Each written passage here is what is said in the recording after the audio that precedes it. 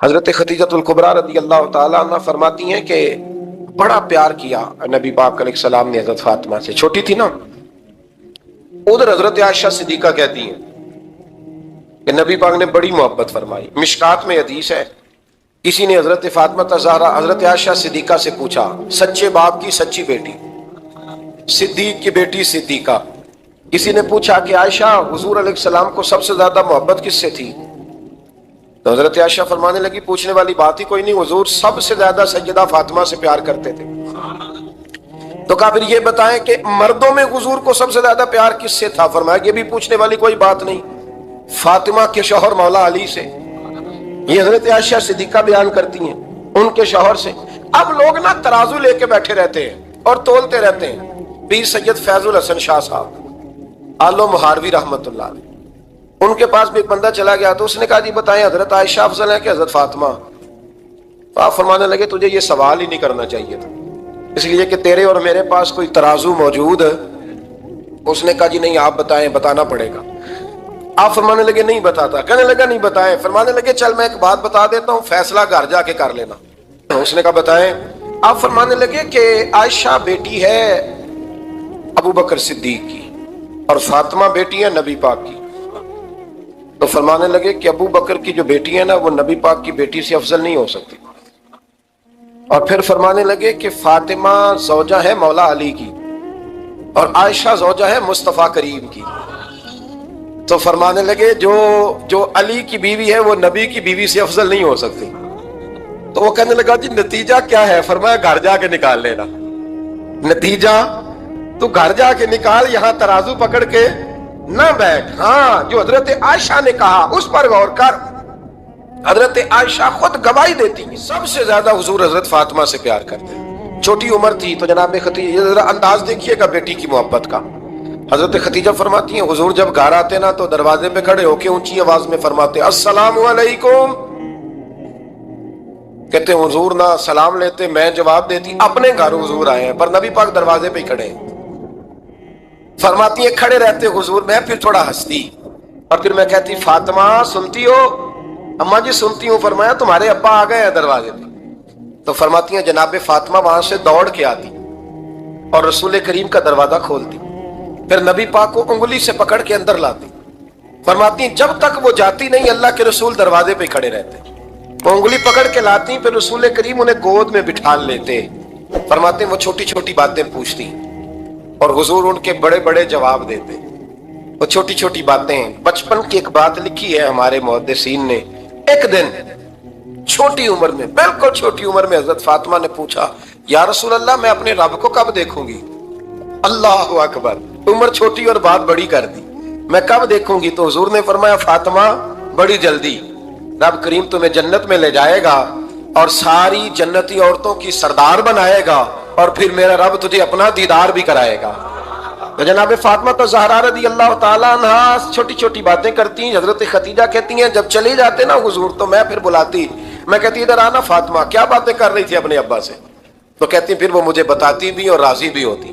یہ سلسلہ آخر تک چلا، یہ حضرت فاطمہ سے راز کی باتیں کرنا حضور کا آخر تک چلا۔ بخاری مسلم میں حدیث، وہاں راوی حضرت خدیجہ ہے، یہاں راوی حضرت عائشہ صدیقہ ہے۔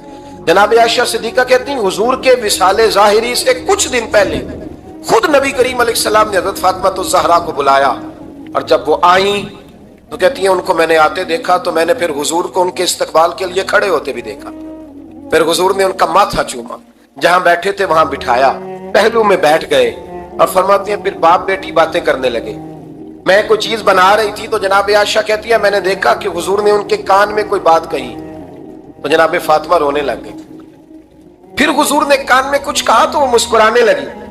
کہتی ہیں حضور وہ بات کر کے تشریف لے گئے، فاطمہ بھی بیٹھی تھی، میں آئی، میں نے آگے کہا کہ فاطمہ بتاؤ نبی کریم علیہ الصلوۃ والسلام نے آپ سے کیا کہا؟ کبھی ہنستی تھی کبھی روتی تھی، تو فرمایا حضور نے منع کیا ہے، یہ میرا اور میرے نبی کا راز ہے، میں حضور کی حیات ظاہرہ میں یہ بات کسی کو بتا نہیں سکتی۔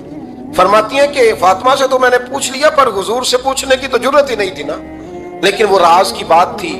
کچھ دن گزرے تو حضور بیمار ہو گئے، پھر کچھ دن گزرے تو حضور کا وصال ہو گیا۔ فرماتے ہیں کچھ عرصے کے بعد میں سیدہ فاطمہ الزہرا سے ملی تو میں نے کہا فاطمہ وہ بھید کھول تو دے، آج تو کھول دے وہ راز کیا تھا۔ آپ کو بلایا گیا، پھر آپ آئیں، پھر حضور نے بات کی، پھر نبی کریم علیہ السلام کے بات کرنے پر کبھی آپ روئیں کبھی آپ ہنسی، تو یہ کیا تھا؟ تو کہتی ہیں جناب فاطمہ پھر رونے لگی، کہنے لگی ہاں اماں جی اب میں پردہ کھول دیتی ہوں، اب میں راز بتا دیتی ہوں۔ حضور کا وصال ظاہری ہو گیا۔ فرمانے لگی مجھے حضور نے بلایا اور میرے کان میں فرمانے لگے فاطمہ وقت تھوڑا رہ گیا ہے، اب تیرے والد نے جانے کا پروگرام بنا لیا ہے، اب نہ ٹائم آ گیا ہے بچھڑنے کا۔ فرماتی ہیں جب میں نے یہ بات سنی تو میں رو پڑی، حضور آپ بچھڑ جائیں گے؟ کہتی ہے میں روئی۔ ذرا حدیث کے جملوں پہ غور کرنا، ماتی تھوڑی دیر گزری تو حضور نے میرے کان میں کہا فاطمہ پتر رو نہ، بیٹے رو نہ، میرے جانے کے بعد جو سب سے پہلے میرے پیچھے آ کے مجھے ملے گی نا بیٹی وہ تو ہی ہوگی۔ اللہ کرے میں سمجھا سکوں آپ کو بات، جب کہا نا کہ میں وصال کروں گا تو رو پڑی، اور جب کہا نا میرے بعد تیرا بھی جلدی وصال ہو جائے گا تو حضرت فاطمہ نے ہنسنا شروع کر دیا۔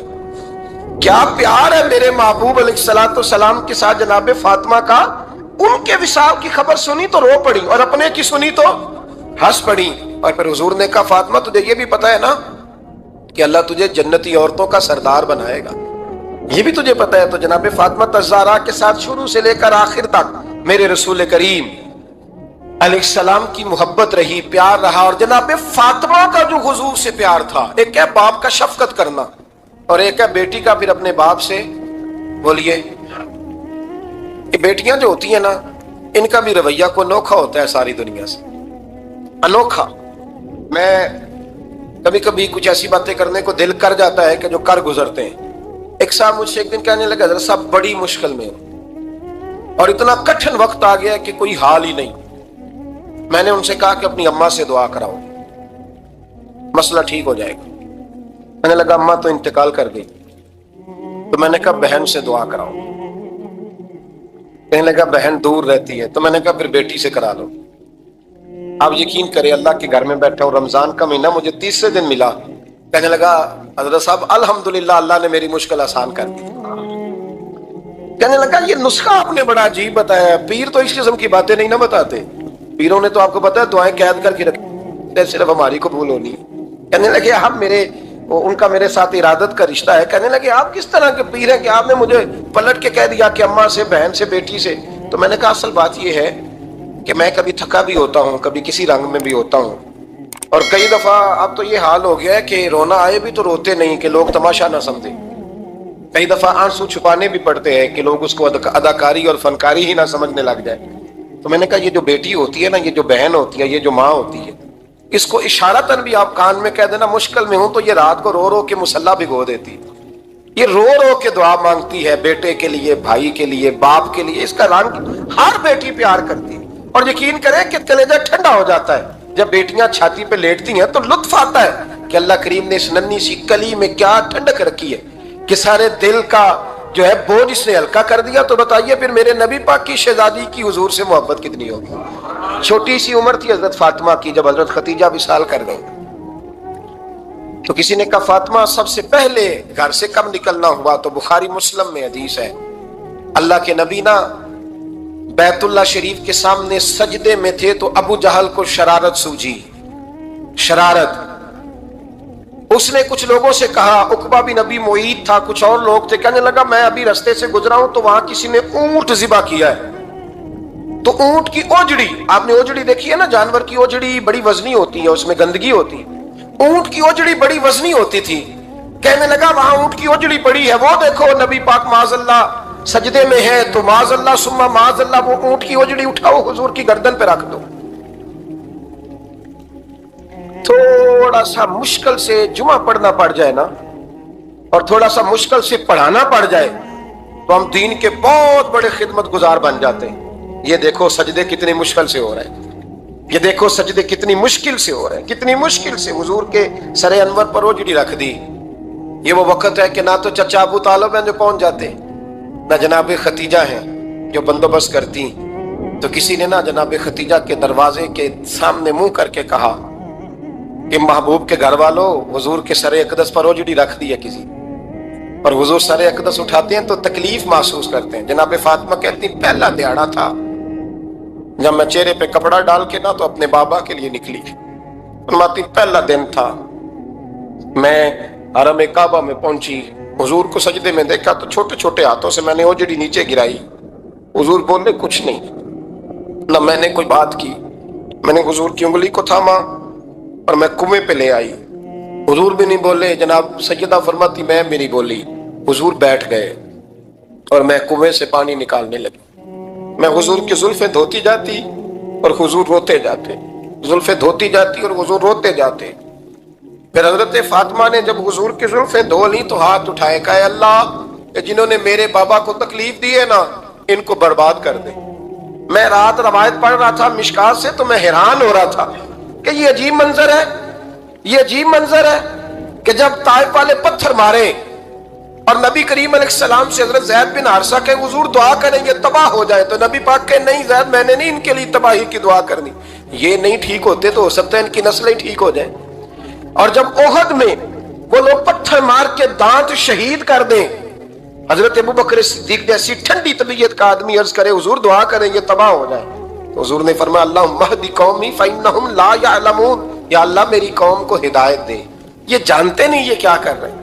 حضور نے کبھی بھی کسی کے لیے دعائیں ضرر نہ فرمائی. لیکن آج یہ عجیب منظر ہے، شاید یہ واحد وہ وقت ہے کہ جناب فاطمہ الزہرا نے جب کہا نا کہ اے اللہ انہیں برباد کر دے انہوں نے آج میرے والد کو تکلیف دی ہے. حضرت فاطمہ کی دعا سن کے تو حضور نے بھی ہاتھ اٹھائے، کہا اے اللہ جیسے میری بیٹی کہتی ہے نا ویسے ہی کر دے، اللہ کر دے انہیں برباد. فاطمہ جیسے کہتی ہے ویسے، اللہ کرے آپ کو سمجھ آئے میری بات کی کہ وہاں جہاں شدید تکلیف دی گئی وہاں حضور نے کسی کے لیے ایسی دعا، اور یہاں فرمایا اللہ جیسے فاطمہ کہتی ہے ویسے.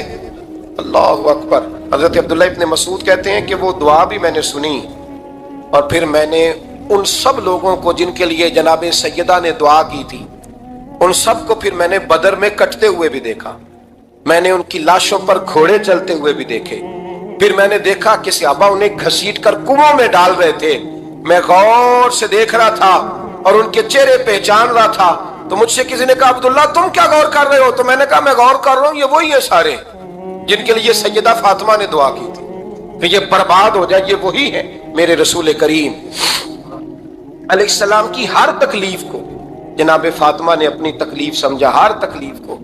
جب انسان کے دائیں بائیں کچھ لوگ ہوتے ہیں نا اس کے دکھ بھی سمجھنے والے، سکھ سمجھنے والے لوگوں کی تعداد لمبی چوڑی ہوتی ہے.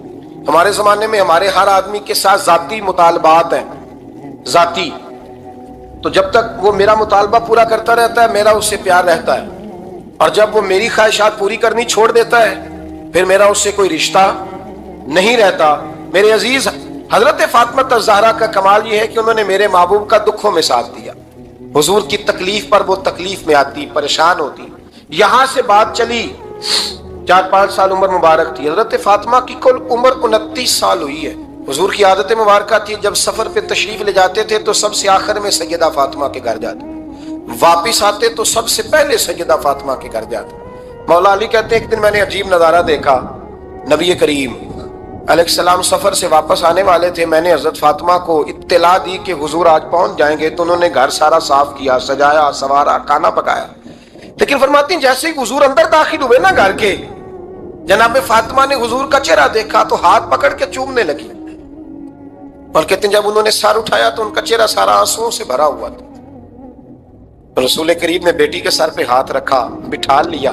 فرمایا فاطمہ بیٹے رونے والی تو بات کوئی نہیں تھی، کیوں رو پڑی ہو؟ تو عرض کرنے لگی محبوبہ میں بچپن سے دیکھ رہی ہوں محنت کرتے، جد و جہد کرتے، مشقت کرتے. یا رسول اللہ آج آپ آئے ہیں تو آپ کے چہرے پر تھکاوٹ کے آثار ہیں، حضور وجود تھکا ہوا ہے.